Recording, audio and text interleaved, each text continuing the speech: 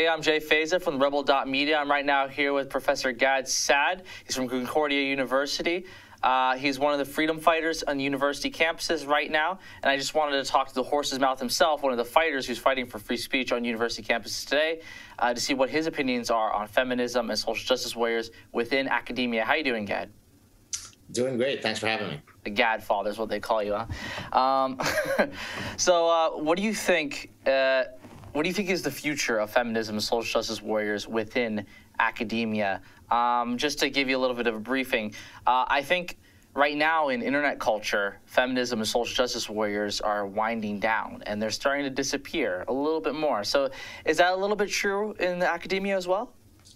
I mean, feminism as a viable scientific discipline, of course, has never had any footing to stand on. I mean, the idea that men and women should be treated equally under the law is something that, of course, any sensible, reasonable person should agree to. The problem is that when you take this position and you start infusing it with anti-science garbage. So, for example, to argue that there are no innate sex differences is outlandish. And so I think that, in terms of the scientific standing of feminism, it's probably waning a bit. Social justice warriors, on the other hand, I don't see any evidence that their ruckus nature on campus is dwindling. If anything, it's only getting worse, in my view.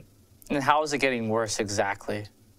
Well, it's getting worse in that the examples of coddling and the amount of faux rage and faux indignation coming from social justice warriors only continues to increase, right? I mean, I just have to go every day on the website Campus Reform to look at the number of insane instances where students are, taking over the administration's offices and, posting a set of demands that, if they weren't tragically true, would be fantastic satire. And so, again, though, it's important to contextualize the numbers that we're talking about here. Social justice warriors might be a very small minority on campus, right? In my recent address at the Canadian Senate, I talked about the tyranny of the minority, right? So, but it doesn't take many people to poison the well, to poison the environment for everybody. So it's not as though every second student is an enraged social justice warrior, but the ones who are social justice warriors are sufficiently loud and committed that they make it unattractive for everybody around them. And do you think they get encouragement from faculty, staff, and professors?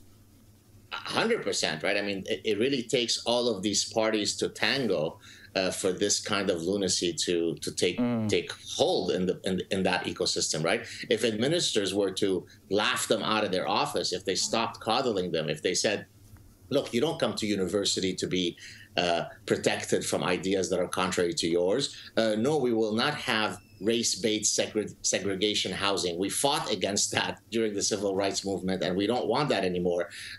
No, there is no identity politics. No, there are no microaggressions and trigger warnings. If everybody who is running the universities, whether it be the professors and or the administrators, were to not coddle these buffoons, then the problem would go away. But if you're going to be afraid and be intimidated by them, then the vicious cycle will continue. So coming from my end right now, I'm starting to feel like the new countercultural movement is literally being a productive, useful citizen, whereas the norm is being a useless piece of crap, or in other words, being some sort of social justice warrior who takes it upon themselves to try to enforce their version of morality or their sort of lifestyle upon the rest of the world. Do you think that countercultural movement is a good fight against social justice warriors and feminism, or do you think, especially within campuses and within academia, or do you think the more intellectual approach is better? Look, all approaches whereby you get into the trenches in the battle of ideas and get your hands dirty and fight are valuable approaches. I mean, as long as they're done non-violently, as long as they're done, hopefully, in the spirit of good debating, decorum, all approaches are fine, right? I mean, the idea, what I try to tell people, I get innumerable emails sent to me saying, hey, what can I do? Well, the first thing you could do is get engaged. Now, people think, secondly, well, but I don't have a big voice. Who am I? Who's going to listen to me? Well, if you see somebody posting something on Facebook that you find objectionable, take them on. If your professor says something that is complete anti-science drivel, challenge them. If your politicians, are too politically correct to mention the word Islam, vote them out of office, right? So there are endless ways by which regular citizens can get engaged, and so all bets are off. Use whatever tactic you can, but just engage in the battle of ideas. Do you have any sort of sense that the countercultural movement that we currently have has the danger of becoming the problem? Like, for example, you try to look into social justice warriors, and you try to look at their ideology, the logic of their ideology. Many people who combat them might use the same sort of logical deduction. They might use the same sort of logical steps to try to achieve their own goals, but they don't quite realize that they're becoming the problem. Do you feel like that any sort of countercultural movement that attacks social justice warriors has the risk of becoming them, but on the other side? Look, there's always a chance when you're dealing with humans that people will succumb to the intoxication of power and so on. So it's not. But do you see any specific group right now? I'm sorry? Is there any sort of specific group right now that's doing anything like that? I can't speak of a whole countercultural movement. I can speak about individuals who have large enough platforms that they're helping and shaping the discourse, whether it be in academia or whether it be on YouTube and so on and so forth. But the reality is that the unique beast of the social justice warriors, which, by the way, is something that I'll be covering in my next book that I'm working on right now, is that they really have taken a bunch of viruses of the human mind and use them as the foundation of their ideological position. So postmodernism and radical feminism and identity politics and intersectionality and multiculturalism, put all of these viruses of the human mind into one cocktail, and you get a very unique beast called the social justice warrior. So yes, other movements can come along that might be equally totalitarian, but there is something quite unique about the social justice warrior beast. And do you have any optimism that universities can fundamentally change given what has happened to universities in the past 40 or so years? I do, in that, look, the Soviet Union collapsed, right? I mean, there are many bigger institutions and empires that have fallen. And so there's no reason to assume that we can't redress the current lunacy that we're facing. But again, it takes commitment from every foot soldier in the battle of ideas, right? I mean, one of the problems is that people always think that, well, someone else will take the mantle of this fight, right? I'm too busy with my daily life. I'm not important enough. I might suffer too many consequences. I might get a bad grade on my test if I speak out against my professor. And so what ends up happening is what's called the tragedy of the commons, right? Everybody thinks that someone else will do it, someone else will be honorable, but then everybody thinks that, and so you get a tragedy of inaction. And so what I argue is, no, you all have a voice. You all have, in your small, unique ways, the ability to redress the situation. So overall, I'm optimistic, but I implore everybody to get engaged. I'm not really optimistic. I've been on university campuses. I've seen what social justice warriors and feminists and postmodernists do. It seems very daunting for people who are on the front lines, or even people who are on the periphery, who are tackling these sort of issues. Do you have any message to them? As I said, fight, fight, fight. Don't think that the battle is lost. There have been many greater fights throughout history with much worse odds than the one that we're facing. I mean, the reality is that it is true that currently there's a handful of professors that we could probably name on one or two on two hands that are publicly engaged. But the reality is, I see that a growing number of professors write to me privately and say, hey, I'm on your side. Thank you for doing what you're doing. Yes, they're not yet quite comfortable in coming out in the open, but I think that once you get a critical mass, then we will redress the ship. Well, I find that bizarre that professors, out of all people, would be hesitant to stand up for the freedom of speech and expression and stand up against this monster that is feminism, social justice warriors. I mean, don't they have tenure?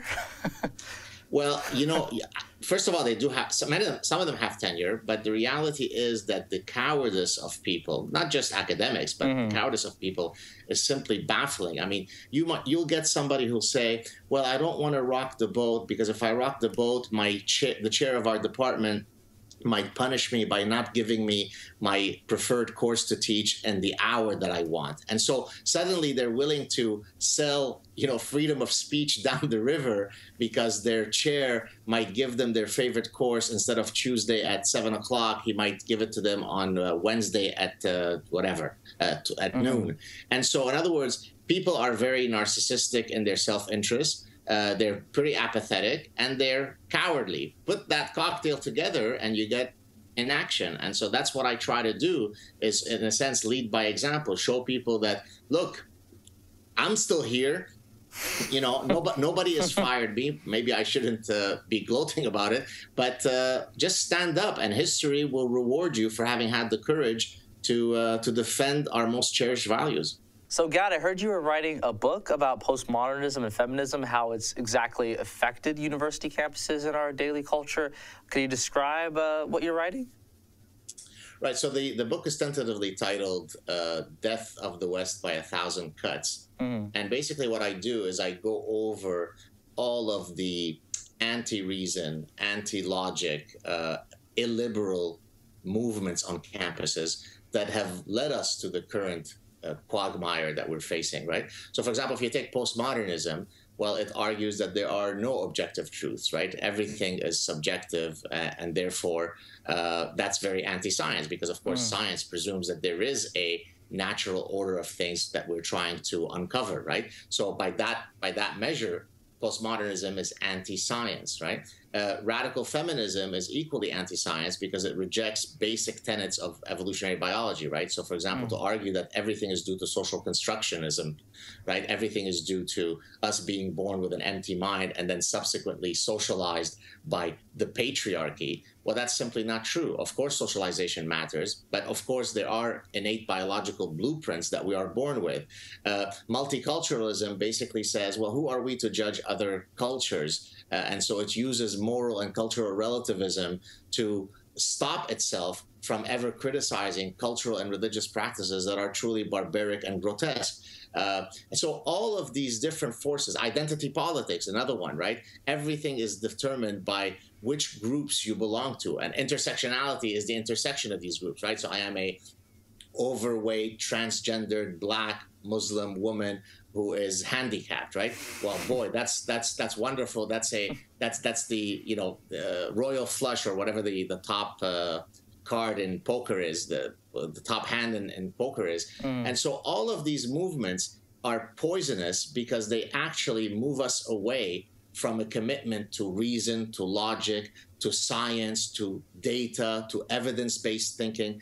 And so what I do in the book is sort of go through the treatise of how these movements then result in us having the social justice warriors on campuses that we have now.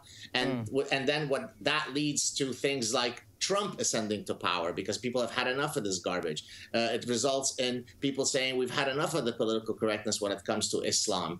People should be able to speak openly and honestly about something as important as the link between terror and Islam. And so the book is really trying to demonstrate the cocktail of forces that has led us to this dreadful place that we're currently at. All right, guys, so thank you so much for joining me. We'll put a link to his YouTube channel below and his Twitter below. The Godfather, you have any last words to say? Fight, fight, fight, and have a good weekend. Thank you very much.